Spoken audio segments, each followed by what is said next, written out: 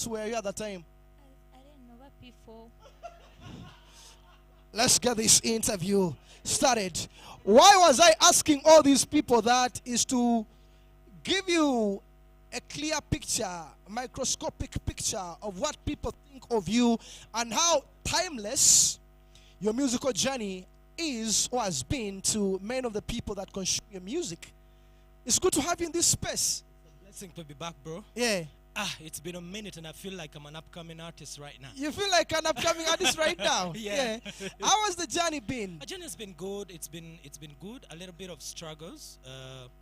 When I took a little break, I had issues that people did not know about. Why did you take a break from music? I mean, last time I interviewed you was towards COVID or before, within, COVID there, about 3 years ago. Yeah. Why did you take a break from music? I took a break because I had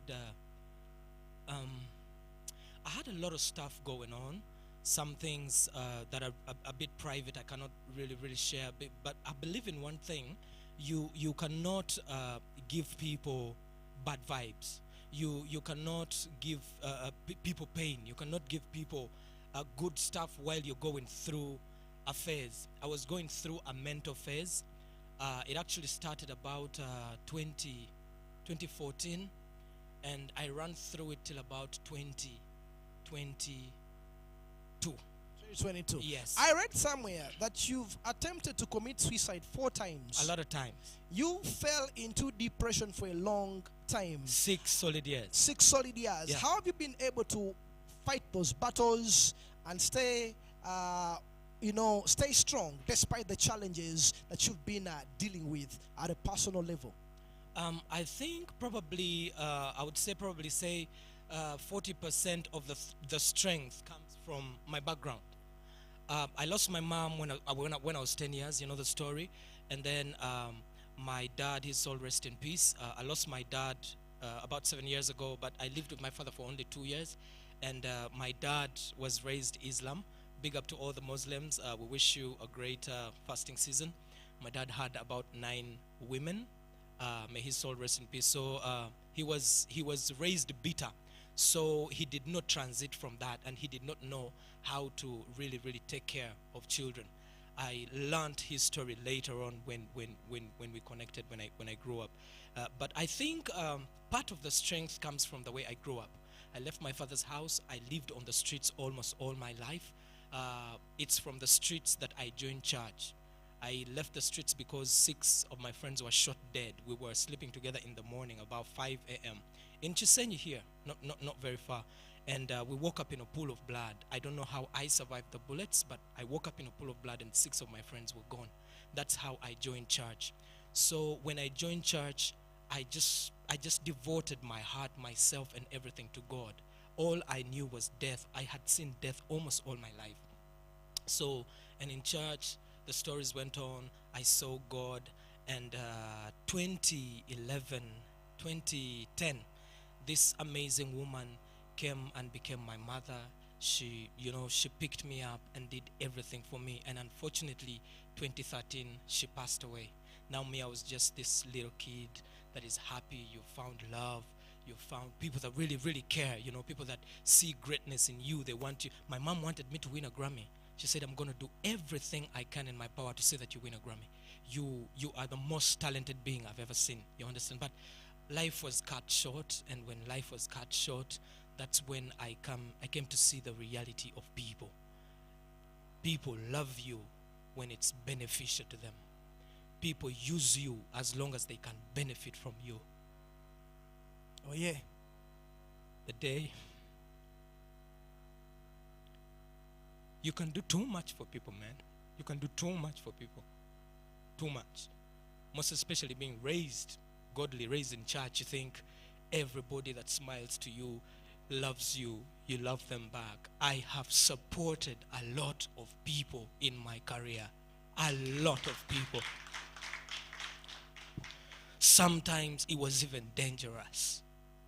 But these people, when I hit the rock, all of them turned against me.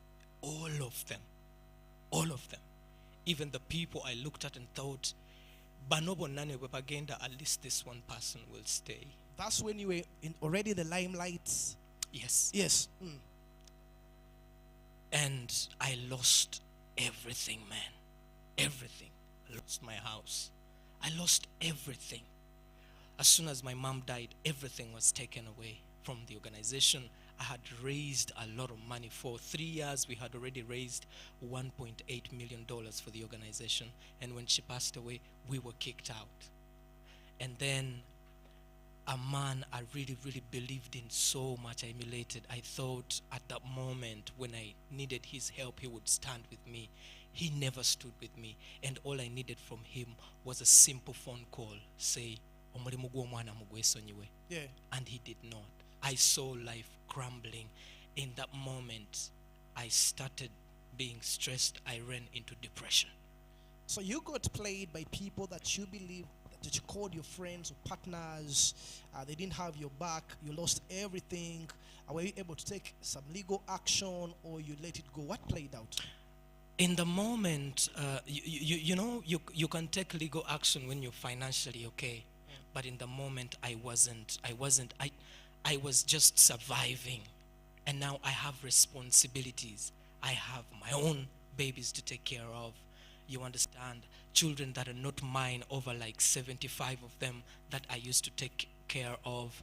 I was going through a phase of so many things.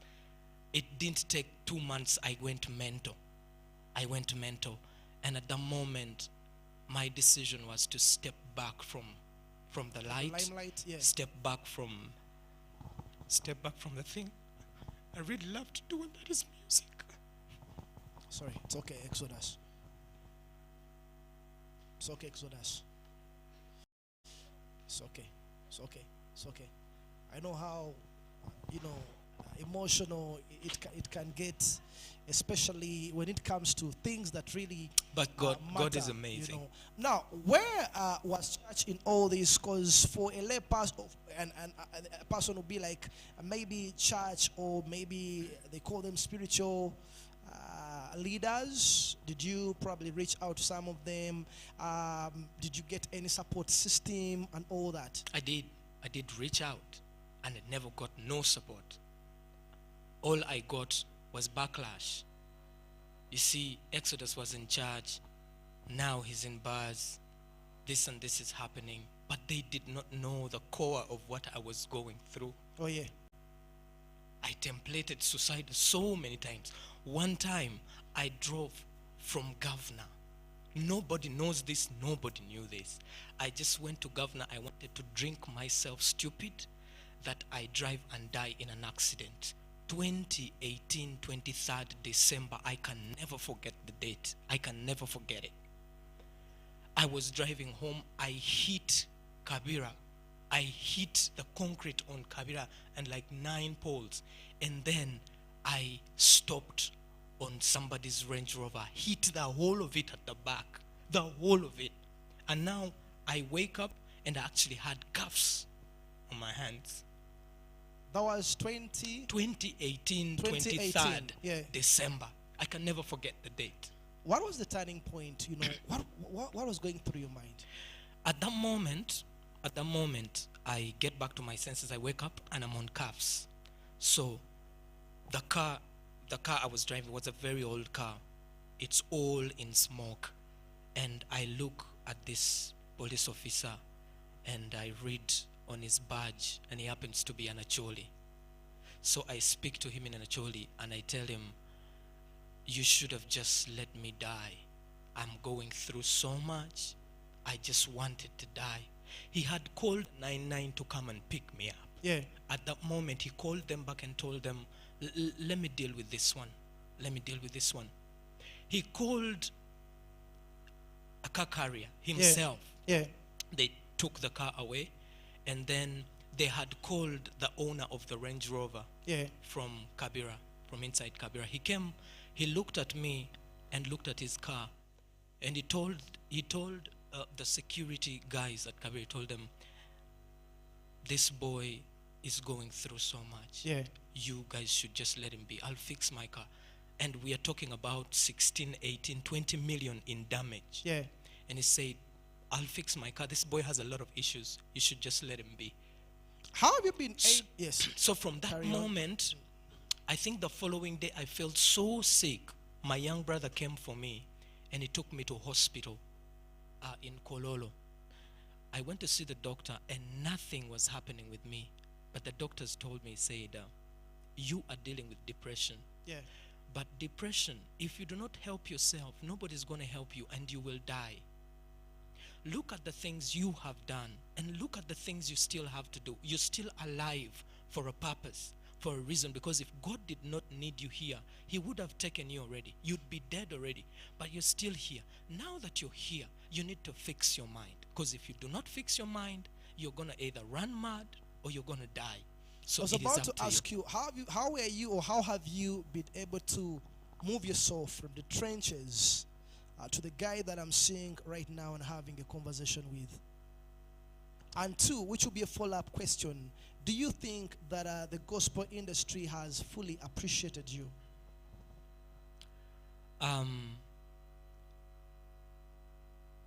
The gospel following at large, they show me love and support on a daily. I see it when I step on the stage. I've been here for a decade. I have been silent for about 5-6 years. Oh, yes. And you would think people just forgot about me. I got to a point I felt like I don't deserve. I felt like people had, people just don't like me anymore. Yeah. You understand? But every time I step on the stage, the love I get. And in my moments, there was a point I just decided to give up on music. Yeah. But every time I made a post, every single time I made a post, the comments, everybody was like, Exodus, we miss you. Exodus, we need more music. Yeah. Exodus, you're so lost. What is happening? We need you back in the industry. Those things really, really, really, really pushed me. They really pushed me. And not just in the gospel, even mainstream. Every single day, the love I get. We were asking, I don't know, I severally asked on the show, Exodus, wherever you are, we miss you, we need that music and all that. I don't know, maybe some people probably shared that in a way, but there will never be your show every Exodus. Saturday. That's good to know. I watch your show every Saturday.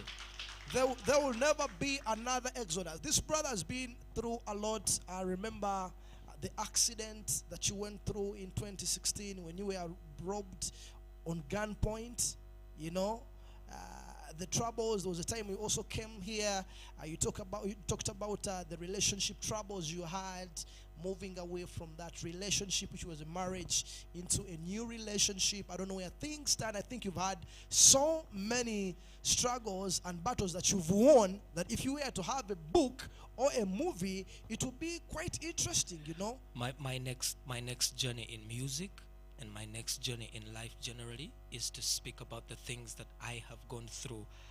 And I just want to tell everybody right here, right now, maturity doesn't come with age. You do not mature with age. You mature with the challenges you overcome.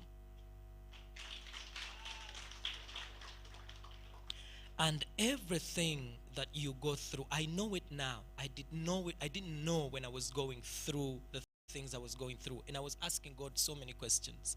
You understand? But God takes you through situation so that when he rises you up again, you now understand people, you understand yourself, and you have a clear picture of where you want to go and how you're going to go there. Oh yeah. Oh yeah. Oh yeah. I'm left with 3 minutes and 30 seconds, production says, to wrap up this interview. You are back, 2024. People have been waiting for your rebirth. Here you are. And what is on your timeline? What have you been cooking? What should we expect? Let me tell you about a year, last year actually. God himself put together an amazing team, and they approached me and told me, Exodus, something is missing in the gospel. Whether you like it or not, something is missing in the gospel, and then something is missing in the industry. You still have a lot to say. It was surely missing. Let us work out together a roadmap, because you still have a lot to say. Yeah. And Can I surprise you? 6 months ago, when we were preparing to record and shoot Jah Guide Me, it's a story of my life. It's a story of the ghetto. I had to sell my car. I sold my car to get back into the industry because I did not want to do the like Tosuma Gira 1 and then 4 years. Everybody's like, oh, what is happening? And then, but we have just finished working on a full album, and Jah Guide Me is just one song off the album. Yeah. Amazing music, amazing music. And I want to guarantee all of you here, everybody watching UBC TV, my fans, and everybody that believes in gospel music, I am back to stay. I am back to stay. Exodus says he is indeed back to stay. Now we are going to check out his video one time. Benny Ganta is also coming up. He had lots of troubles, battles that he won, you know, and I guess we'll be sharing his experience as well later on. Now, later on in the show, Exodus will also be shining a light on the gatekeeping that we are seeing in the gospel industry, with some people claiming that, oh, you are SDA, you don't belong, you should not sing what is branded as gospel music. What are his thoughts on a genre that guys like himself have fought for, to see that yes, gospel music is out there. Gospel music is not only limited to Christian radio and TV stations, but it's cross-cutting from all, you know. Just 1 second, huh? 1 second. John 3:16 wraps it all up. For God so loved the world. For God so loved the world. Otherwise, it would have said, for God so loved the church or the Christians. He said, for God so loved the world that he gave his son. He gave his son for the world. He did not give his son for the church. You understand? He never gave his son for the church. For God so loved the world that he gave his only begotten son. And whoever who believes, you just have to believe. You just have to believe. Believe in God. Believe in heaven. Believe in Christ. Believe in godliness. You understand? Yeah. John 3:16. Every Christian that fights another entity thinking they're not like us, you do not know what you're fighting for. You're not a Christian, and you do not know who you are, because Christ came for the world. He never came for the church. I wish we had more time, but time is not on our side. Let's get into this video, play it a little bit. When we come back, more with you. Like I say,